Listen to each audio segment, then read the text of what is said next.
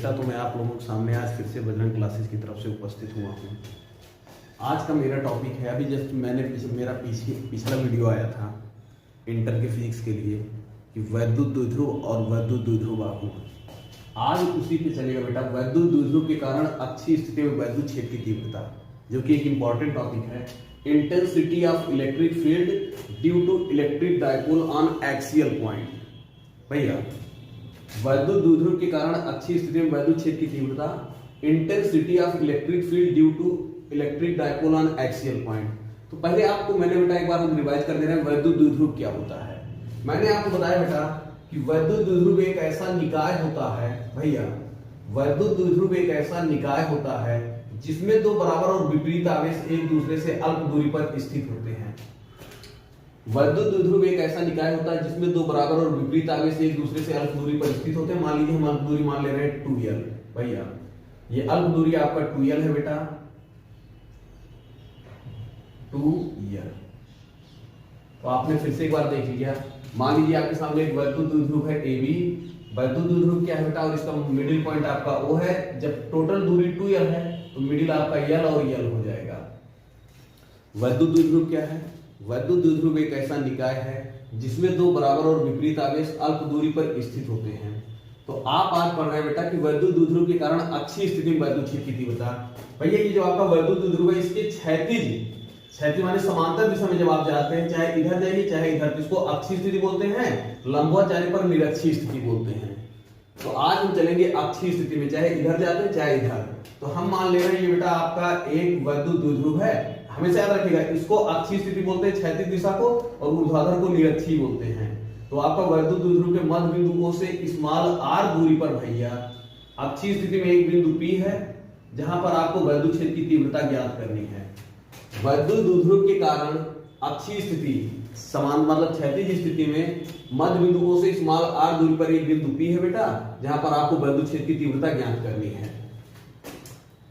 बेटा यहां से यहां तक की दूरी अगर r है और ये दूरी l है, तो अगर हम आपसे प्लस q की दूरी पूछते हैं, ये दूरी आपका हो जाएगा r माइनस l। ये दूरी डिस्टेंस रहेगी। और इतना r है, अगर प्लस q से दूरी पूछते हैं, ये आपका हो जाएगा r प्लस l। ये तो बेटा आपने देखा, ये आपका जो वैद्युत द्विध्रुव है प्लस q आवेश है, माइनस q आवेश है, बीच की दूरी 2l है। प्लस q से यहाँ बिंदु P की दूरी अच्छी स्थिति में r माइनस l है, और माइनस q की दूरी r प्लस l है। बेटा यहाँ आप इतना तो जानते ही हैं कि जहां पे आवेश रहता है उसके चारों तरफ वैद्युत क्षेत्र उत्पन्न होता है। तो यहाँ पर दो आवेश हैं, तो जब दो आवेश हैं तो इस बिंदु P पर दो प्रकार के वैद्युत क्षेत्र उत्पन्न होंगे। प्लस q के कारण वैद्युत क्षेत्र जो उत्पन्न होगा, इसको हम बोलते हैं E1। इसकी दिशा बाहर की ओर रहेगी, क्योंकि बेटा वैद्युत क्षेत्र प्लस आवेश के कारण वैद्युत क्षेत्र की तीव्रता बाहर की ओर होती है। जैसे आपका प्लस आवेश है तो प्लस के कारण वैद्युत क्षेत्र की तीव्रता बाहर की ओर होगी, और माइनस आवेश है तो माइनस के कारण वैद्युत क्षेत्र की तीव्रता अंदर की ओर होगी। तो प्लस आवेश के कारण वैद्युत क्षेत्र की तीव्रता बाहर की ओर है, माइनस आवेश के कारण वैद्युत क्षेत्र की तीव्रता अंदर की ओर है। तो ये आपका प्लस q के कारण बिंदु P पर वैद्युत क्षेत्र की तीव्रता E1 बाहर की ओर, और माइनस q के कारण वैद्युत क्षेत्र की तीव्रता E2 अंदर की ओर रहेगा। भैया ये आपका अंदर की ओर है, E1 आपका बाहर की ओर रहेगा। हमेशा याद रखिएगा, प्लस आवेश के कारण वैद्युत क्षेत्र की तीव्रता बाहर की ओर होती है, और माइनस आवेश के कारण वैद्युत क्षेत्र की तीव्रता अंदर की ओर। तो प्लस q के कारण वैद्युत क्षेत्र की तीव्रता E1 बाहर की ओर है, और माइनस q के कारण वैद्युत क्षेत्र की तीव्रता अंदर की ओर है। E1 का मान निकाल लेते हैं भैया। आप इतना जानते हैं बेटा, वैद्युत क्षेत्र की तीव्रता का सूत्र होता है E बराबर 1/4 पाई एप्सिलॉन 0 और Q अपान R स्क्वायर। ये आपका सूत्र होता है वैद्युत क्षेत्र की तीव्रता का। पीछे मेरा वीडियो में आपने देखा था कि E equal to 1/4 pi epsilon 0 Q upon R square वैद्युत क्षेत्र की तीव्रता का सूत्र होता है। मात्रक आप जानते हैं न्यूटन प्रति कूलम। चलिए देखते हैं बेटा, बिंदु P पर E1 प्लस q के कारण,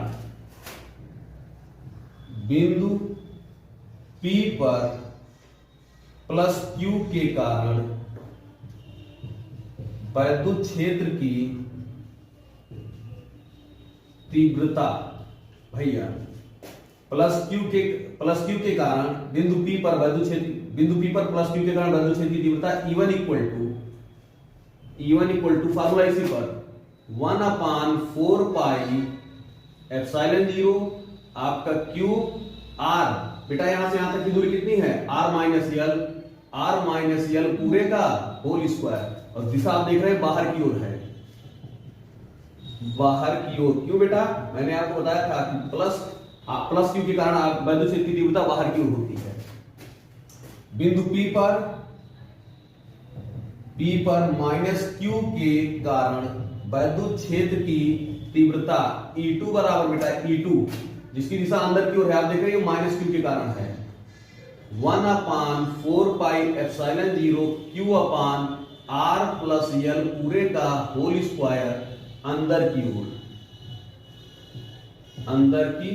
एक चीज याद रखिए बेटा, वैद्युत क्षेत्र की तीव्रता प्लस और माइनस आवेश पर डिपेंड नहीं करती कि ये प्लस आवेश है माइनस प्लस का चिन्ह रहेगा, माइनस आवेश है माइनस का चिन्ह रहेगा, ऐसी कोई बात नहीं है।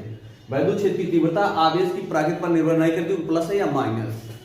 आगे चलिए, अगर हम बिंदु P पर परिणामी वैद्युत क्षेत्र की तीव्रता निकालते हैं तो याद रखिएगा बेटा, E1 का मान हमेशा E2 से ज्यादा होता है, प्लस वाले का मान माइनस से ज्यादा होता है। बिंदु P पर परिणामी वैद्युत क्षेत्र की तीव्रता, बिंदु P पर परिणामी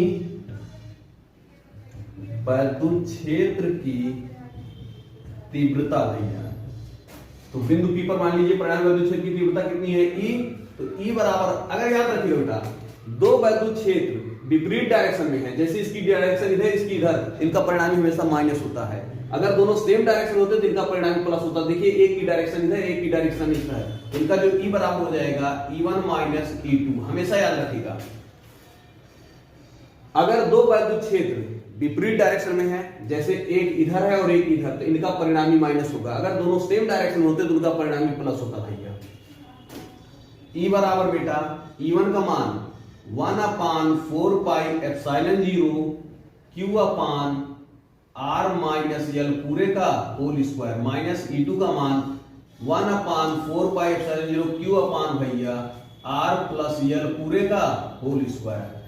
E बराबर बेटा Q, ये वैल्यू कॉमन है, जो कॉमन है बाहर निकाल ले रहे हैं, Q 4 पाई एप्सिलॉन 0 कॉमन, बचा है आपका 1 माइनस R माइनस L पूरे का होल स्क्वायर माइनस 1 अपान R प्लस L पूरे का होल स्क्वायर। ध्यान देते रहिए बेटा, इक्वल टू बेटा Q upon 4 pi epsilon 0, LCM लेते हैं R, अगर हम इसको मिटा दें बेटा तो आप देख रहे हैं फार्मूला बन रहा है a minus b a plus b, a square minus b square, और उसके बाद अगर यहां स्क्वायर लग गया तो ऊपर क्या लग जाएगा स्क्वायर, ऐसे हो जाएगा भैया, ये आपका ऐसे हो जाएगा।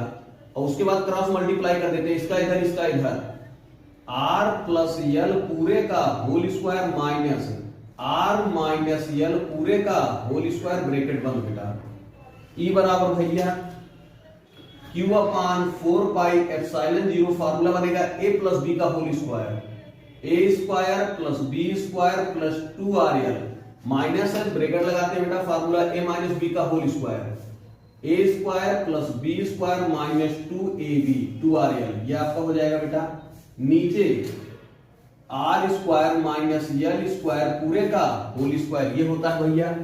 फिर उसके बाद आप देखते हैं बेटा, ब्रैकेट खोल रहे हैं, equal to Q upon 4 pi epsilon 0 R square L square 2RL, bracket खोलेंगे साइन चेंज हो जाएगा, minus R square minus L square, ये आपका प्लस हो जाएगा। जब ब्रैकेट के सामने माइनस रहता है साइन चेंज हो जाता है, अगर प्लस होता कोई दिक्कत नहीं, तो वैसे रहता, ये आपका हो जाएगा 2RL नीचे, और पूरे बटे भैया R square minus L square पूरे का होल स्क्वायर, एक R स्क्वायर प्लस एक माइनस एक L स्क्वायर प्लस एक माइनस। अब इसके आगे यहां देखते हैं भैया, इधर इक्वल टू बेटा Q अपान, इसके आगे वैल्यू यहां पर equal to Q upon 4 pi epsilon 0 भैया 2RL प्लस 2RL 4RL, नीचे आपका R square minus L square पूरे का होल स्क्वायर। बेटा ये जो यह 2L दूरी बहुत ज्यादा सूक्ष्म है, तो यह दूरी और ज्यादा सूक्ष्म होगी, और L दूरी अगर R दूरी की तुलना की जाए तो L जो है R की तुलना में बहुत ज्यादा कम होती है, मतलब R is greater than L, तो R square is more greater than L square. ये वैल्यू बहुत ज्यादा, ये वैल्यू बहुत कम है, तो जो वैल्यू अगर दोनों सेम वैल्यू है, जैसे ये भी दूरी ये भी दूरी, तो कम वैल्यू को छोड़ देते हैं। यल स्क्वायर को छोड़ देने पर, छोड़ देते हैं क्यों बेटा? बस इसीलिए कि दोनों दूरियां हैं, एक बहुत ज्यादा एक बहुत कम है, तो बहुत कम वैल्यू दोनों दूरियां हैं, तो एक बहुत कम वाले को जो कि ना के बराबर हो तो उसको छोड़ देते हैं, तो आपका वैल्यू हो जाएगा equal to q upon 4 pi epsilon 0 4 r l, ये आपका यल स्क्वायर छोड़ दिए, आर स्क्वायर पूरे का होल स्क्वायर इक्वल टू बेटा q upon 4 pi epsilon 0 4 r l upon 2 दूनी 4, ये हो जाएगा आर की पावर 4, एक आर से कार कैंसिल। आगे देखिए बेटा इसी वैल्यू को क्यू अपान 4 पाई एप्सिलॉन 0, ये आपका बचा 4 यल और नीचे बचा आर की power 3।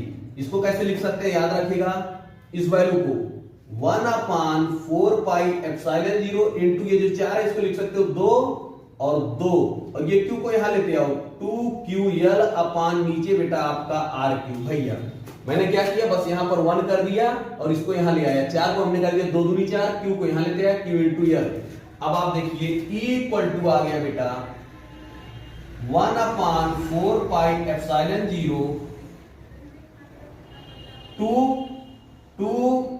2ql upon R cube, ये आपका 2ql एक साथ है, और आप जानते हैं p बराबर होता है बेटा 2ql, जहां p को द्विध्रुव आघूर्ण कहते हैं, p का मान होता है 2ql, p को द्विध्रुव आघूर्ण कहते हैं, तो e बराबर बेटा 1 अपान 4 पाई एप्सिलॉन 0 2, ये वाला 2 और ये 2ql का मान हो जाएगा p अपान आर क्यू, ये आपका अक्षीय स्थिति का सूत्र है बेटा, न्यूटन प्रति कूलम।